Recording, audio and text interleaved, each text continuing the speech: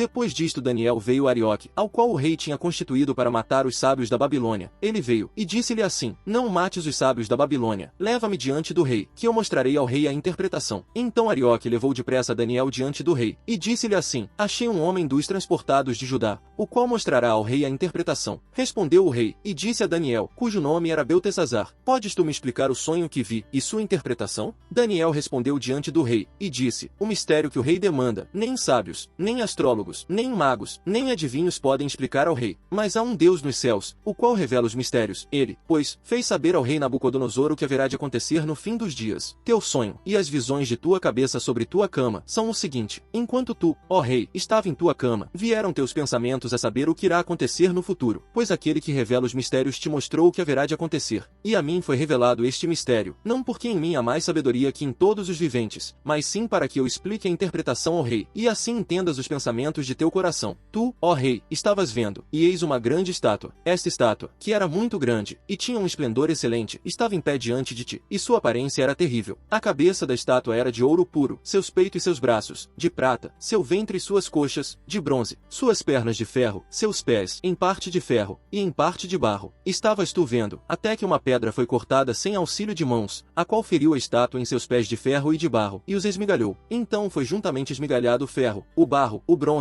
a prata e o ouro, e se tornaram como o pó das eiras de verão, e o vento os levou, e nunca se achou algum lugar para eles. Mas a pedra que feriu a estátua se tornou um grande monte, que encheu toda a terra. Este é o sonho, a interpretação dele também diremos diante do rei. Tu, ó rei, és rei de reis, pois o Deus do céu te deu o reino, poder, força e majestade. E onde quer que habitam filhos de homens, animais do campo, e aves do céu, ele os entregou em tuas mãos, e fez com que tivesses domínio sobre tudo. Tu és a cabeça de ouro, e depois de ti se levantará outro reino inferior ao teu, e outro terceiro reino de bronze, o qual dominará toda a terra. E o quarto reino será forte como o ferro, e tal como o ferro esmigalha e despedaça tudo, e tal como o ferro que quebra todas estas coisas, assim também ele esmigalhará e quebrará. E o que viste dos pés e dos dedos, em parte de barro de oleiro, e em parte de ferro, isso será um reino dividido, mas haverá nele algo da força do ferro, conforme o que viste o ferro misturado com o barro mole. E os dedos dos pés em parte de ferro, e em parte de barro, são que em parte o reino será forte, e em parte será frágil. Quanto ao que viste, o ferro misturado com barro mole, misturar-se-ão com semente humana, mas não se ligarão um ao outro, como o ferro não se mistura com o barro. Mas nos dias destes reis, o Deus do céu levantará um reino que nunca será destruído, e este reino não será deixado para outro povo, ao contrário, esmigalhará e consumirá todos estes reinos, e tal reino permanecerá para sempre.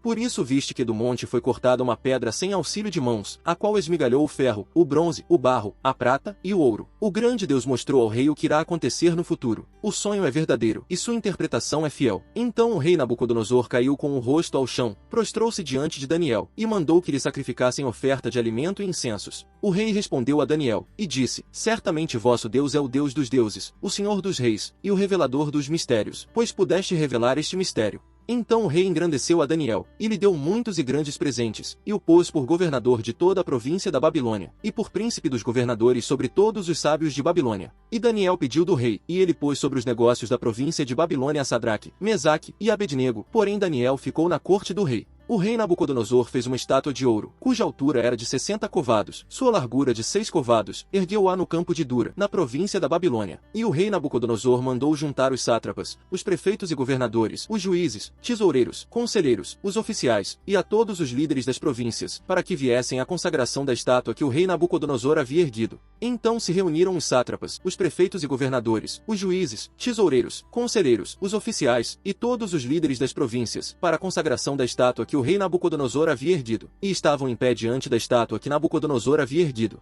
E o arauto proclamava em alta voz: manda-se a vós, ó povos, nações e línguas, que quando ouvirdes o som da trombeta, do pífano, da cítara, da harpa, do saltério, da flauta, e de todo instrumento musical, vos prostrareis e adorareis a estátua de ouro que o rei Nabucodonosor ergueu. E qualquer um que não se prostrar e adorar, na mesma hora será lançado dentro de uma fornalha de fogo ardente. Por isso no mesmo instante todos os povos ouviram o som da trombeta, do pífano, da cítara, da harpa, do saltério, da flauta, e de todo instrumento musical. Todos os povos, nações e línguas se prostraram, e adoraram a estátua de ouro que o rei Nabucodonosor havia erguido. Por isso no mesmo instante alguns homens caldeus se chegaram, e acusaram dos judeus. Eles falaram ao rei Nabucodonosor: ó rei, vive para sempre. Tu, ó rei, fizeste um decreto que todo aquele que ouvisse o som da trombeta, do pífano, da cítara, da harpa, do saltério, da flauta, e de todo instrumento musical, se prostrasse e adorasse a estátua de ouro, e qualquer um que não se prostrasse e adorasse, fosse lançado dentro de uma fornalha de fogo ardente. Há uns homens judeus, os quais constituíste sobre os negócios da província da Babilônia, Sadraque, Mesaque e Abednego. Estes homens, ó rei, não te respeitaram, não servem a teus deuses, nem adoram a estátua de ouro que tu ergueste. Então Nabucodonosor, com ira e furor, mandou trazer a Sadraque, Mesaque e Abednego. Então trouxeram estes homens diante do rei. Nabucodonosor lhes disse: é verdade, Sadraque, Mesaque e Abednego, que vós não servis a meus deuses, nem adorais a estátua de ouro que ergui? Agora, pois, se estáis prontos, quando ouvirdes o som da trombeta, do pífano, da cítara, da harpa, do saltério, da flauta, e de todo instrumento musical, prostrai-vos e adorai a estátua que eu fiz. Porém, se não a adorardes, na mesma hora sereis lançados dentro da fornalha de fogo ardente. E quem é o Deus que vos livrará de minhas mãos? Sadraque, Mesaque e Abednego responderam ao rei Nabucodonosor: não necessitamos de responder sobre este negócio. Eis que nosso Deus a quem servimos pode nos livrar da fornalha de fogo ardente, e ele nos livrará de tua mão, ó rei. E se não, sabe tu, ó rei, que não serviremos a teus deuses, nem adoraremos a estátua que ergueste. Então Nabucodonosor se encheu de furor, e o aspecto de seu rosto se mudou contra Sadraque, Mesaque e Abednego.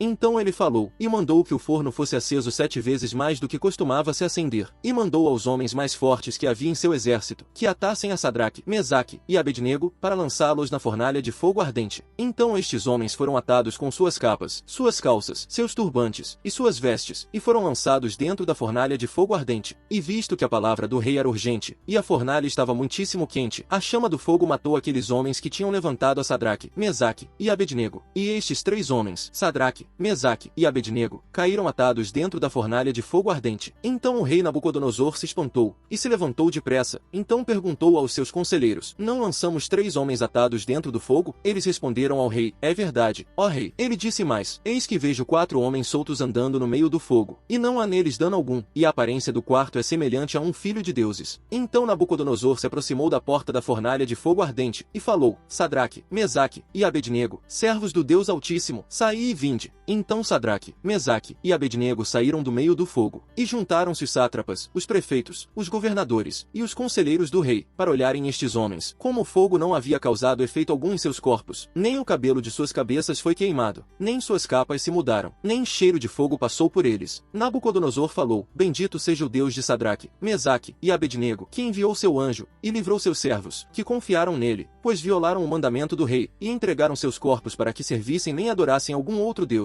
a não ser o seu Deus. Portanto eu faço um decreto, que todo povo, nação e língua, que disser blasfêmia contra o Deus de Sadraque, Mesaque e Abednego, seja despedaçado, e sua casa se torne um amontoado de entulhos, pois não há outro Deus que possa livrar como este. Então o rei fez com que Sadraque, Mesaque e Abednego fossem prósperos na província da Babilônia.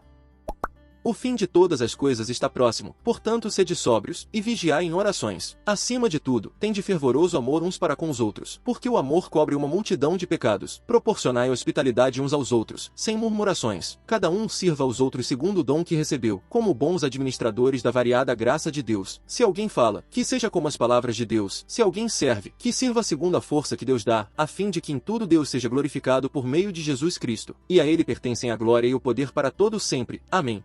Amados, não estranheis o fogo ardente que vem sobre vós para vos provar, como se algo estranho estivesse vos acontecendo. Em vez disso, alegrai-vos em serdes participantes das aflições de Cristo, para que, também na revelação de sua glória vos alegreis com júbilo. Se vós sois insultados por causa do nome de Cristo, benditos sois, porque o Espírito da glória e de Deus repousa sobre vós. Porém nenhum de vós sofra como homicida, ladrão, malfeitor, ou como alguém que se intromete em assuntos alheios, mas se sofre como cristão, não se envergonhe, ao contrário, glorifique a Deus com esse nome, pois já é tempo do julgamento começar pela casa de Deus. E se é primeiro conosco, qual será o fim daqueles que são desobedientes ao Evangelho de Deus? E se o justo se salva com dificuldade, em que situação aparecerá o ímpio e pecador? Portanto, os que sofrem segundo a vontade de Deus, confiem suas almas ao fiel Criador, fazendo o bem. Portanto, aos anciãos da igreja que estão entre vós, eu, que sou ancião como eles, e testemunha dos sofrimentos de Cristo, e participante da glória que se revelará, seriamente peço, pastoreai o rebanho de Deus que está entre vós, não por obrigação, mas sim voluntariamente, segundo segundo a vontade de Deus, não por ganância, mas sim com sincera prontidão, nem como que dominando os que estão aos vossos cuidados, mas sim como exemplos ao rebanho. E quando o pastor principal aparecer, vós recebereis a indestrutível coroa da glória. Semelhantemente vós, jovens, sede sujeitos aos anciãos, e todos vós revestivos de humildade uns aos outros, pois Deus resiste aos soberbos, mas dá graça aos humildes. Humilhai-vos, pois, debaixo da poderosa mão de Deus, para que ele vos exalte no tempo adequado, lançando sobre ele toda a vossa ansiedade, porque ele tem cuidado de vós. Sede sóbrios, vigiai. O vosso adversário, o diabo, anda ao redor, rugindo como um leão, buscando a quem possa devorar. Resisti a ele, firmes na fé, sabendo que as mesmas aflições acontecem com os vossos irmãos no mundo. E o Deus de toda graça, que vos chamou para a sua eterna glória em Cristo, depois de sofrerdes um pouco, ele vos aperfeiçoará, confirmará, fortificará e estabelecerá fundamento. A ele seja o poder para todo sempre. Amém. Por Silvano, vosso fiel irmão, como considero, eu vos escrevi brevemente, exortando e dando testemunho de que essa é a verdadeira graça de Deus. Nela estai. Saúda-vos a igreja escolhida convosco, que está na Babilônia, e também o meu filho Marcos. Saudai-vos uns aos outros com um beijo de amor. A paz seja com todos vós que estáis em Cristo.